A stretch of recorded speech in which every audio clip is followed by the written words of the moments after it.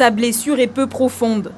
Cet automobiliste a esquivé le coup de machette qui aurait pu lui être fatal. À 5 h ce matin à Kaweni, son véhicule est pris en embuscade par une dizaine d'individus. En arrivant vers nous, bon, là, ils ont commencé à casser, ils voulaient mettre du feu dans la voiture. Mais nous, on était 3 dans la voiture, il y avait une déjà qui a essayé de se sauver. Ils ont pris tout ce qu'il y avait à prendre. Bon, moi, je leur donnais parce que je voulais éviter. Et or, je les donnais, ils ne sont pas partis. Paysage de désolation dans ce garage basé quartier Bonovo, où près de 80 véhicules ont été calcinés. Hier soir, les flammes ont ravagé 4 années d'investissement, malgré les efforts des pompiers.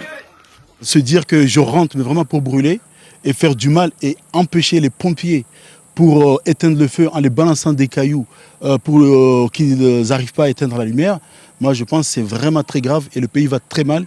Et il ne faut pas se dire que ça m'arrive à moi et qu'on oublie, mais le problème il est là et c'est plus un petit problème, c'est un très gros problème.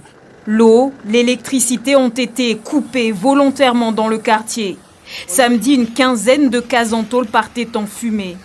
Cette escalade de la violence prend origine dans le meurtre d'un jeune le 12 novembre dernier. Sa mère lance un appel au calme. J'appelle à la paix. Je ne demande à personne de faire la guerre pour moi. Je sais que mon fils est déjà mort.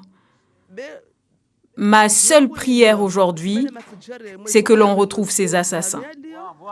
On compte aucune interpellation à ce jour. Malgré un important dispositif, les policiers peinent à anticiper les attaques. Il faut des renforts spécialisés ici à Mayotte. Nous, Alliance Police Nationale, il fut un temps, on disait il faut leur aide. Mais en fait, comme on voit que ce sont tout le temps les mêmes problématiques en Outre-mer, il faudrait une force de projection qui soit basée à un endroit à Paris pour qu'à chaque fois qu'il y a des troubles, cette unité puisse répondre urgemment aux problématiques qui se situent en Outre-mer. Message entendu, une dizaine d'hommes du RAID, l'unité d'élite de la police nationale, est attendue demain à Mayotte. Une réponse provisoire de l'État.